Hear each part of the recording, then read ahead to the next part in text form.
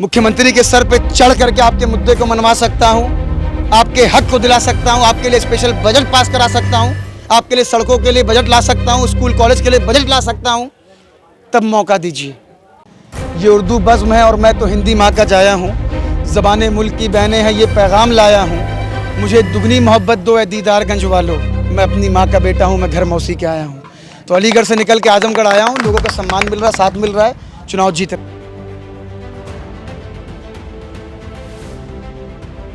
नमस्कार, आदाब। CIB India news पर अग्नि परीक्षा देख रहे हैं आप। उत्तर प्रदेश में विधानसभा चुनाव हो रहे हैं।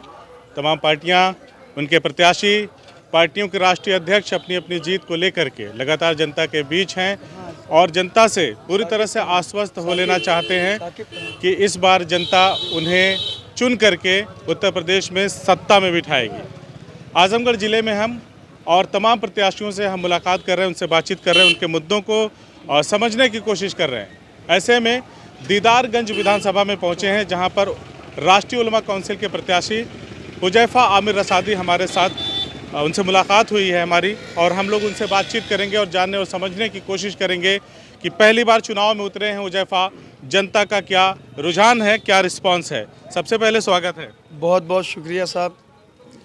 और एक अलग ही ऊर्जा लोगों में देखने को मिल रही है।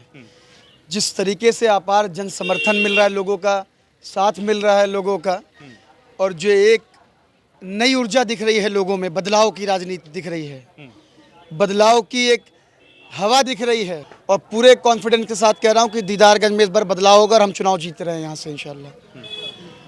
आप देखिए, जनता से आप पूछिए, ये तमाम युवा खड़े हुए हैं यहाँ पर, इन लोगों से पूछिए, मार्केट में तमाम हमारे बुजुर्ग बैठे हैं, उनसे पूछिए। इन लोगों ने सबको देख लिया, हर पार्टी को देख लिया, सबने सिर्फ खोखले वादे किए इनसे और बदले में कुछ नहीं किया।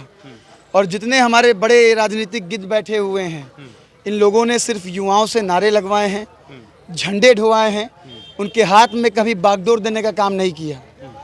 तो ये जनता कह रही है कि इस बार हम लोग बदलाव करेंगे और एक पढ़े लिखे युवाओं के हाथ में बागडोर देंगे, ताकि वो ललकार के उनके मुद्दों पर बोल सके। उनका कहना है कि हम ऐसा नेता देखना चाहते हैं कि जो मुख्यमंत्री के हलक में हाथ डाल के दीदारगंज के हक को छीन के लेके आए, यहाँ की समस्याओं का निस्तारण करे। तो ये लोगों का जोश, ये जज्बा हमारी एनर्जी को डबल कर रहा है। सुबह 6 बजे निकलते हैं फील्ड में, रात में 2 बजे बिस्तर पे पड़ते हैं, 3 बजे तक सोते हैं, फिर 6 बजे उठ जाते हैं। 3 घंटे की नींद लेकर के पिछले 1.5 महीने से क्षेत्र में हैं। नींद पूरी भी नहीं हो रही है, मगर लोगों की ऊर्जा देख करके डबल ऊर्जा हो जा रही है और चुनाव हम लोग जीतने की कगार पे पहुंच रहे हैं। आप दीदारगंज विधानसभा में घूम रहे हैं, क्या दिख रहा है कमियां यहाँ पे? लोगों का क्या कहना है, कौन कौन सी ऐसी मूलभूत चीज़ें हैं जो उनके हक की चीज़ें हैं आम जनता के, लेकिन वो हो नहीं पाई अभी तक? सवाल आपने उल्टा पूछ दिया साहब। सवाल ये पूछना चाहिए था कि अच्छा बचा क्या है दीदारगंज में, अच्छाई क्या दिख रही है। यहाँ सिर्फ कमियाँ हैं। कमियों के अभी आप आ रहे हैं सरायमीर होते हुए, मेरे ख्याल से रोडों का हाल आपने देखा होगा। आप सोचिए कि हम लोग गाड़ियों से चल रहे हैं तो हमारी पीछे बैकबोन में पेन शुरू हो गया। आम जनता जो बेचारी साइकिल से चल रही है, मोटरसाइकिल से चल रही है, उनका क्या हाल होता होगा। इतना बुरी सड़कें मैंने पूरे हिंदुस्तान में नहीं देखी जो ये हालत है इस वक्त यहाँ पे। बस डिपो बनाया गया था, बस अड्डा, कि लोगों की समस्याओं को दूर किया जाएगा, ट्रांसपोर्ट की फैसिलिटी दी जाएगी। आज तक वो चलने की कंडीशन पे नहीं आया है। एक बस, एक टैक्सी वहाँ से नहीं गुजरी। पूरे दीदारगंज में एक भी सरकारी इंटर कॉलेज नहीं है, फुल्ली गवर्नमेंट कॉलेज नहीं है। एक GGIC नहीं, हमारी जो बच्चियाँ जा रही है, देखिए ये कहाँ पढ़ने जाएंगी साहब।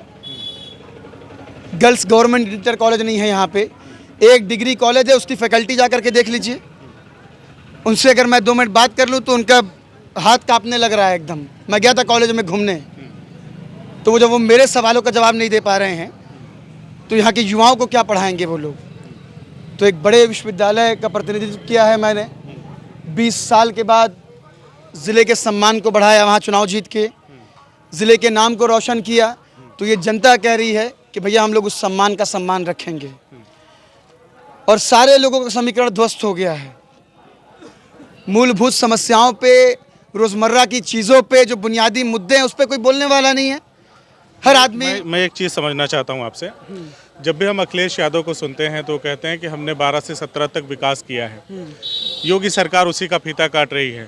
और जब योगी आदित्यनाथ के बयानों को हम सुनते हैं, उनके पार्टी के, उनके नेताओं के बयानों को सुनते हैं, तो ये कहते हैं विकास की गंगा बहा दी है, सबका साथ सबका विकास, अब सबका विश्वास। तो आप दीदारगंज की जो बात कर रहे हैं, तो ये तो पूरी तरह से एक अलग ही कहानी आप बता रहे हैं कि यहाँ पे पूरी तरह से सड़कें ख़राब है, ना ही लड़कियों को पढ़ने के लिए कोई अच्छा कॉलेज है, ना ही कुछ स्वास्थ्य सुविधाओं को लेकर के यहाँ पे बेहतरी है। तो फिर आखिर क्या हुआ, इन सालों में क्या हुआ? तो ये सवाल आपको उनसे पूछना चाहिए कि जो लोग बैठ के बड़े बड़े दावे कर रहे हैं कि हमने विकास का काम किया है। कौन सा विकास किया है साहब? मैं टहल रहा हूँ, आइए मैं आपको 2-4 गांव और लेके सवाल हुज़ैफा मेरा आपसे पूछने का बस इतना ही मतलब था कि जैसे जो पार्टी सत्ता में होती है उसको अपनी कमियां भी मलाई लगती है, लोग सुनना नहीं चाहते कमियां। तो अगर हम विपक्ष के लोगों से बात करेंगे तो वही बता पाएंगे बेहतर तरीके से कि हाँ आखिर कमियां कहाँ हैं। नहीं, बिल्कुल आप देखिए कि बहुत सी कमियां रही हैं। इससे पहले जो पूर्व विधायक थे साहब 15 साल विधायक रहे, विधानसभा के स्पीकर रहे, मुख्यमंत्री के बाद का दर्जा होता है उनका। चाहते तो विधानसभा दीदारगंज को अब तक टोक्यो बना देते, जो लोग टोक्यो के नाम पे वोट मांग के आए थे। एक काम नहीं किया साहब। जनता कह रही कि हमारे गांव में भैया एक ईंटा नहीं लगवाया है, जो भी सिटिंग एमएलए रहे। तो किस मुंह से उनके लोग आ रहे हैं मैदान में वोट मांगने? और सबसे बड़ी मुद्दा ये है, मसला ये है कि जनता खुद कंफ्यूज हो गई है। ये लोग आपस में ही मारपटौल कर रहे हैं। जनता समझ ही नहीं पा रही कि कौन बसपा का है, कौन सपा का है। सपा के लोग बसपा में चले गए, बसपा के लोग सपा में चले गए हैं। तो जनता खुद कंफ्यूज हो गई है। तो हमने उस कंफ्यूजन को दूर करने के लिए एक सॉल्यूशन दिया है साहब, कि उनसे बताया हमने ये बात कि ज़्यादा इन चक्करों में मत पड़िए, कंफ्यूजन में मत पड़िए। एक नया विकल्प आया है, बल्ला निशान आया है। तो हर आदमी खेला करने की बात कर रहा है। तो यहाँ के जनता ने भी मूड बना लिया कि दीदारगंज विधानसभा में इस बार खेला होगा, और ऐसा खेला होगा कि वो सीधे बाउंड्री के पार नज़र आएगा। जिन लोगों ने अन्याय किया, जिन लोगों ने झूठे वादे किए, उन लोगों को उसी बल्ले से लोग खदेड़ने का काम करने जा रहे हैं इस बार दीदारगंज में। और सबसे बड़ी बात ये है कि साहब, युवाओं का आखिर कौन है? कोई भी युवा होगा तो अगर वो 10 मिनट में 100 कदम चलेगा, तो बुढ़ा आदमी 5 कदम 10 कदम चलेगा हमारा। तो एक उम्र होती है, सबने करके देख लिया, अब युवाओं को मौका मिलना चाहिए। भर्ती हो तो इम्तिहान नहीं, परीक्षा हो तो परिणाम नहीं, परिणाम निकले तो जॉइनिंग का कोई नाम नहीं, आखिर क्यों युवाओं का कोई सम्मान नहीं? तो ये युवा ठान चुके हैं और पूरा मूड बना लिया है इन लोगों ने, और इनकी ऊर्जा से मेरी ऊर्जा डबल हो जा रही है, और पूरा जोश और जज्बा, जुनून बता रहा है कि हम लोग चुनाव जीत रहे हैं और पूरे उत्तर प्रदेश में सबसे युवा प्रत्याशी इस बार विधानसभा में पहुंचने का काम करने जा रहे हैं। मैं एक चीज़ समझना चाहता हूँ, आप ही की विधानसभा से बात करूँ, तोलमा काउंसिल से आप लड़ रहे हैं, बसपा से यहाँ पे मुन्ना सिंह ठेकमा लड़ रहे हैं चुनाव, सपा से जिनका आपने जिक्र किया, खैर अब वो स्वर्गीय हो चुके, उनके ऊपर कुछ कहना ठीक नहीं है। 15 साल लगातार विधायक रहे सुखदेव राजभर जी, उनके पुत्र समाजवादी पार्टी से यहाँ से चुनाव लड़ रहे हैं। भारतीय जनता पार्टी जो सत्तासीन है, मौके पे सत्ता में है, कृष्ण मुरारी विश्वकर्मा लड़ रहे हैं। ऐसे में हुज़ैफा को अपनी जगह कहाँ दिखती है? क्योंकि जो बड़ी बड़ी पार्टियां हैं, कहीं ना कहीं उनका अपना एक बेस वोट बैंक है। ऐसे में हुज़ैफा, आमिर रशादी अपने आप को कहाँ देखते हैं? तो हमसे ज़्यादा बेस वोट किसके पास है साहब? बता दीजिए। ये समीकरण आप पता कीजिए। अगर बेस वोट की आप बात कर रहे हैं तो इस सीट पे सबसे ज़्यादा बेस वोट हमारे पास है।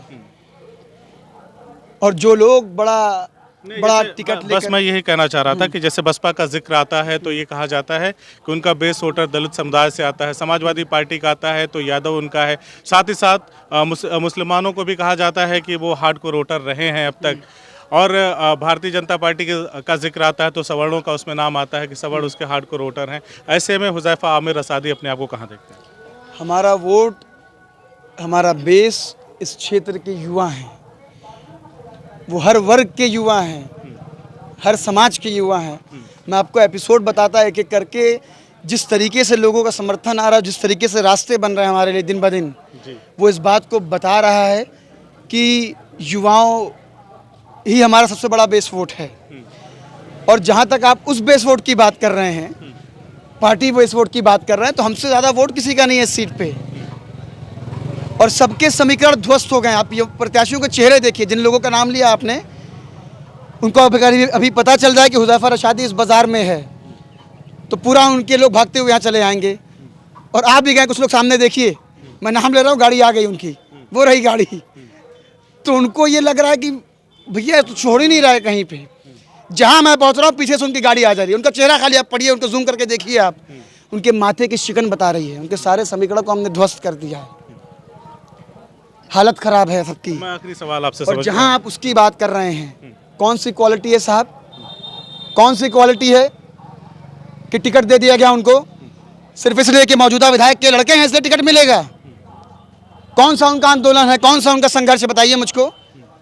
संघर्ष इधर है, 3 महीना जेल काटी है, युवाओं के लिए जेल किया, दिल्ली में लाठी खाई जंतर मंतर पर, जब सेंट्रल यूनिवर्सिटीज़ की फीस को बढ़ाया जा रहा था। भीमराव अंबेडकर यूनिवर्सिटी लखनऊ के अंदर जब मोदी को झंडा दिखाने पर, काला झंडा दिखाने पर NSA लगाया गया, तो लखनऊ हजरतगंज में प्रोटेस्ट करके लाठियां खाई हैं पुलिस की। रोहित वेमुला को जब हैदराबाद में मारा गया, पूरे उत्तर प्रदेश में सबसे बड़े आंदोलन करने वाला हुज़ैफा रशादी था अलीगढ़ विश्वविद्यालय के अंदर। तो ये तमाम संघर्ष जब जनता को बता रहे हैं, युवाओं को बता रहे हैं, वो सारे लोगों का अपार समर्थन मिल रहा है। कि जितने प्रत्याशी लाइन लगा के खड़े हैं ना, इनका एक बता दीजिए मुझको, क्या कंट्रीब्यूशन है, क्या संघर्ष है, क्या योगदान है, क्या आंदोलन है। तो जनता आंदोलन लोगों को देखना चाहती है। हम लोग आंदोलन की कोख से जन्मे हुए लोग हैं साहब। पैर हमेशा हमारा ज़मीन पे रहता है, कभी हेलीकॉप्टर में उड़ के ऊपर से टाटा बाय बाय नहीं करने वाले थे हम लोग। इसी से जुड़ा एक सवाल आगे ले लेते हैं, सप्लीमेंट्री क्वेश्चन है।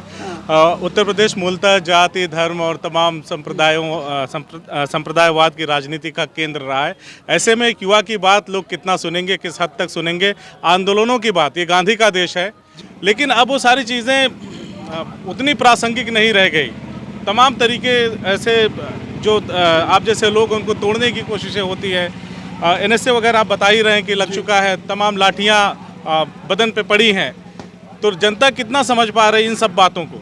जनता बिल्कुल समझ रही है। इस देश की आप हिस्ट्री उठा के देखिए, जितने भी पॉलिटिकल क्षेत्रीय दल वजूद में आए, या जितने भी पॉलिटिशियन निकले बड़े, वो सब आंदोलन की खेप हैं। चाहे वो JP मूवमेंट उठा करके देख लीजिए, जहाँ से कुछ लोग पैदा हुए जिन्होंने पॉलिटिकल पार्टी बनाई उत्तर प्रदेश में। मंडल कमीशन देख लीजिए, तो हम लोग भी एक आंदोलन से निकल के आए हैं। CA मूवमेंट की शुरुआत हम लोगों ने की थी साहब, जो अलीगढ़ विश्वविद्यालय से निकल के पूरे हिंदुस्तान में एक इनकलाब बर्पा किया था। तो उसी आंदोलन की कोख से जन्मे हुए लोग हैं हम लोग। संघर्ष किया है। ये आंदोलन करने वाले लोग कभी रुकते नहीं, कभी थकते नहीं, कभी बैठते नहीं। शुरुआत की है मेन स्ट्रीम पॉलिटिक्स की, अभी बहुत उम्र बची हुई है। और उम्मीद है कि जिस तरीके से लोग साथ आ रहे हैं, लोग समझ रहे हैं, तभी आ रहे हैं। आप मुझसे मत पूछिए, जनता से पूछिए आप। मैं कहता हूँ चारों प्रत्याशियों को लाके खड़ा कर दिया, आप किसी मंच पे बुला लीजिए और किसी टॉपिक पे डिबेट रख लीजिए। अगर डिबेट हरा देंगे तो हुज़ैफा रशादी मैदान छोड़ के चला जाएगा। इससे बड़ी बात नहीं हो सकती साहब। तो जनता अब क्वालिफाइड लोगों को देखना चाहती है। इस आदमी को रिजोल्यूशन ना पता हो, बजट आके वापस चला जाएं, तो ऐसे लोगों को नहीं देखना चाहती। पिछले साल जो थे साहब, 5 साल के एक वीडियो दिखा दिए मुझको विधानसभा की, बोले हों ललकार के। तो हम लोग लड़ने वाले लोग हैं, डटने वाले लोग हैं, बोलने वाले लोग हैं, और जनता अब ऐसे लोगों को पसंद कर रही है। हमने संघर्ष किया है साथ में, जिनसे हमारा गठबंधन है। चंद्रशेखर के साथ हमने गिरफ्तारी दी दिल्ली जामा मस्जिद पे। और जिस तरीके से इस वक्त अखिलेश यादव साहब ने अपमान किया है मुसलमानों का, दलितों का और दूसरे लोगों का, उनको वो लोग बताएंगे, एहसास कराएंगे। उन्होंने 1% से लेकर 2%, 3%, 2.5% वाले सबको ले लिया। 5-6 करोड़ रुपए का बढ़िया सरहद बनवाए हैं, कई करोड़ रुपए लगा के उसमें, और उसमें सबको बैठा रहे हैं साहब। मगर किसी एक मुस्लिम दल को साथ नहीं लिया उन्होंने, किसी एक दलित आंदोलन को, दलित दल को साथ नहीं लिया उन्होंने। अब किस तरह का उनका घमंड है। ऐसी भी बातें सुनने में आई, बीच में चर्चा थी लोगों के बीच में कि लोगों ने ज़रूरत से ज़्यादा मांग लिया इसलिए बात बन नहीं पाई। नहीं, ये कहने वाली बात है। मगर उलमा काउंसिल के बारे में बताऊं तो हमारे कौमी सदर मौलाना आमिर रशादी साहब का साफ कहना है। मैं लौटता हूं, एक आखिरी सवाल है मेरा आपसे। सवाल ये है कि हो सकता है उस सवाल को सुनकर के आप बात टाल दें, लेकिन मैं चाहूँगा कि आप उसका जवाब दें। राष्ट्रीय उलमा काउंसिल के जो राष्ट्रीय अध्यक्ष हैं मौलाना आमिर रशादी साहब, आपके वालिद हैं। बेहतर होता है ये सवाल हम उनसे पूछते हैं, लेकिन आप उनके बेटे हैं तो ये सवाल हम आप ही से पूछ लेते हैं।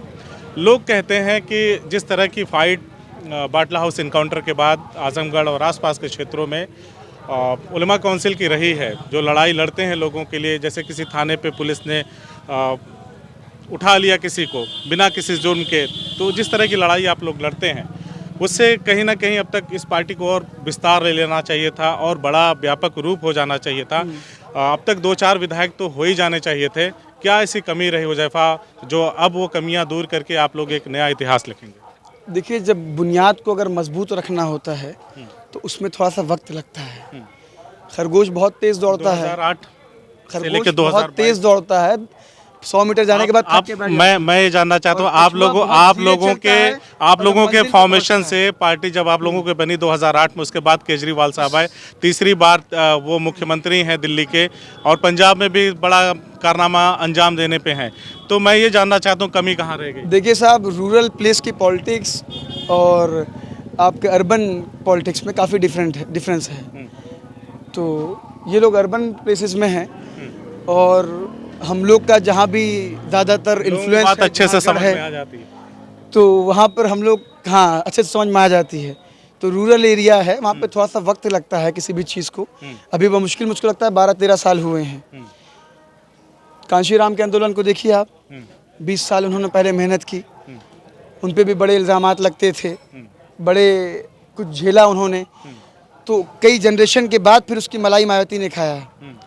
तो अभी तो हमारी पहली जनरेशन चल रही है, जिन लोगों ने बुनियाद रखी थी इस आंदोलन की, इस तहरीक की, इस पार्टी की, तो अभी वो लोग हैं हमारे साथ। तो हो सकता है इसमें ना हो तो नेक्स्ट जनरेशन उसका फ़ायदा उठाए, लोगों को समझ में आए। तो आदमी धीरे धीरे चलता है तो बहुत दूर तक जाता है, दौड़ता है तो हाँफ के बैठ जाता है। तो हम लोग धीरे धीरे चल रहे हैं। अब नई युवा पीढ़ी आई है, वो नई ऊर्जा उसमें भरने का काम करेगी और हम लोग शुरुआत कर रहे हैं और लड़ेंगे, बढ़ेंगे।